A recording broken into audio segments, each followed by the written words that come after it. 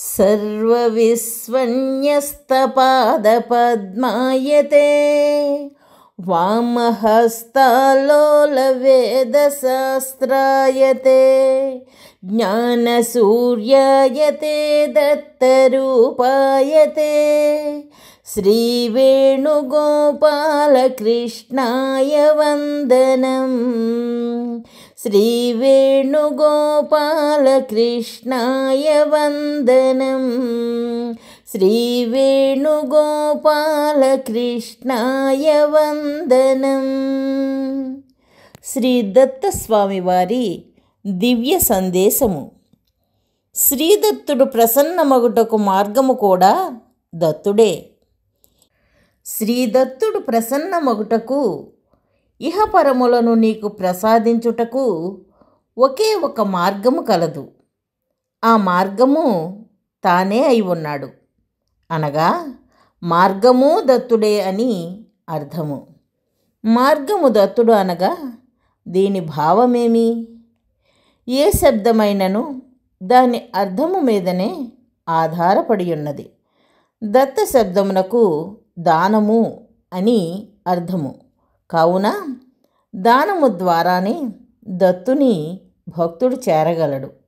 దానమున్న చోట స్వార్థము నిలవదు, స్వార్థమున్న చోట దానము నిలవజాలదు. స్వార్థము దానము ఈ రెండును చీకటి వెలుగులు. ఎంతవరకు స్వార్థభావము ఉండునో అంతవరకు దత్త శబ్దమును ఉచ్చరించుటకు అర్హత లేదు. స్వార్థము ఒక పరమాణువు మాత్రము మిగిలియున్నను దత్తుడు త్యజించి వేయును. సర్వాంగ సుందరి అయినను సర్వాలంకార భూషిత అయినను చిన్న కుష్ఠరోగపు మచ్చ ఉన్నచో కన్యను ఎట్లు వధువును అన్వేషించువారు వదిలివేయుదురో అట్లే నీలో కోటాను కోట్ల జన్మల నుండి స్వార్థము పేరుకుని మేరు పర్వతం వలె ఉన్నది. అట్టి నీకు దత్త పరీక్షలు వ్యర్థము. పిచ్చివానికి ఎంఏ పరీక్షాపత్రమునిచ్చినట్లుండును. స్వార్థమంతయును పోయి నాలో ఎట్టి స్వార్థము లేదని భావించువాడు తనలో గూఢముగా దాగియున్న పరమాణు మాత్ర స్వార్థమును గుర్తించనివాడు దత్త పరీక్షకు అర్హుడు. దత్త పరీక్షలో అతి సూక్ష్మముగా ఉన్న ఆ స్వార్థము బయట పెట్టబడును. దానిని గుర్తించి ఆ కొంచెము పోగొట్టుకుని పరిపూర్ణముగా శుద్ధుడగుటకు దత్త పరీక్ష ఉపయోగపడును. శుద్ధమైన తెల్లని వస్త్రములో నల్లని మసి కొంచెము అంటినప్పుడు దానిని పోగొట్టుటకు సబ్బును ఉపయోగించుదుము. కానీ బొగ్గు యొక్క మసిని పోగొట్టుటకు సబ్బును ఉపయోగించుట వ్యర్థము. కావున అందరికీ దత్త పరీక్షలు ఉండవు. అఆలు రానివాడికి ఎంఏ పరీక్షలు పెట్టనేలా? 2 సంవత్సరముల ఎంఏ కోర్సు చదివి ఈ కోర్సులో నేను పూర్ణ జ్ఞానం సంపాదించుకున్నాను అనుకున్న వానికి ఎంఏ పరీక్షలు పెట్టవలను. అఆలు నేర్చుకొనుటకు 1వ క్లాసులో చేరువారు చాలామంది ఉందురు. ఎంఏ కోర్సు వరకు పోయి ఎంఏ పరీక్షలు వ్రాయువారు చాలా కొద్ది మంది ఉందురు. అత్యుత్తమ సాధకులకే దత్త పరీక్షలు. కావున దత్త పరీక్షా స్థాయి వరకు పోయిన అత్యుత్తమ సాధకులను కొద్దిమందినే దత్తుడు తన వద్దకు ఆకర్షించును.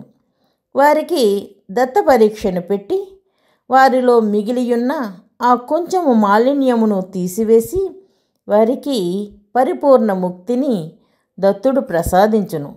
సాధనలో శిఖర స్థాయికి చేరి పుట్టుమచ్చ ప్రమాణముగా కులభేదము అను అజ్ఞాన కళంకమున్న శంకరాచార్యులకు దత్తుడు చండాల రూపమున పరీక్ష పెట్టి ఆ కళంక బిందువును ప్రక్షాళనము చేసి చివరిలో సశరీర కైవల్యమునిచ్చెను.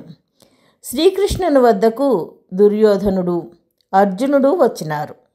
దుర్యోధనుడు అక్షరములే రానివాడు. వానికి స్వామి దత్త పరీక్షను పెట్టలేదు. అర్జునుడు సాధనలో శిఖర స్థాయిని చేరిన భక్తుడు. కావున వానికే స్వామి దత్త పరీక్షని పెట్టెను. అందుకే పార్థునే ముందుగా కోరుకోమన్నాడు. అట్లే భక్తిలో శిఖరస్థాయికి పోయిన వారు గోపికలు, వారికి శ్రీకృష్ణునిచే దత్త పరీక్షలు పెట్టబడినవి. ఆ పరీక్ష ప్రశ్నాపత్రమును అందించిన ఇన్విజిలేటరు నారద మహాముని. ఆ పరీక్షలో రుక్మిణి మొదలగు వారే ఓడిపోయిరి. కావున దత్త పరీక్షలు కఠినములని భక్తులెవ్వరూ భయపడనవసరం లేదు. మీరు పరీక్ష వ్రాయదమని వచ్చినను దత్త పరీక్ష పెట్టబడదు. మొదటి తరగతి చదువుచున్నవారు యూనివర్సిటీకి వెళ్ళి ఎంఏ పరీక్ష వ్రాయుదుమనియు ఎంఏ పరీక్ష చాలా కఠినముగా ఉండుననియు మాట్లాడుట హాస్యాస్పదము. నారద, ప్రహ్లాద, భీష్మ, అర్జున, ధర్మరాజ, రుక్మిణి, గోపికల స్థాయిలో ఉన్న మహాభక్తులకే దత్త పరీక్షయుండును. దత్త పరీక్షలు కఠినముగా ఉండును. కావున దత్తుడు మాకు అక్కరలేదు అని చెప్పువారు ఎంత ఎగిరినా అందని ద్రాక్షపండు పుల్లగా ఉండును అన్న చందమున మాకు అక్కరలేదు అన్నవారే.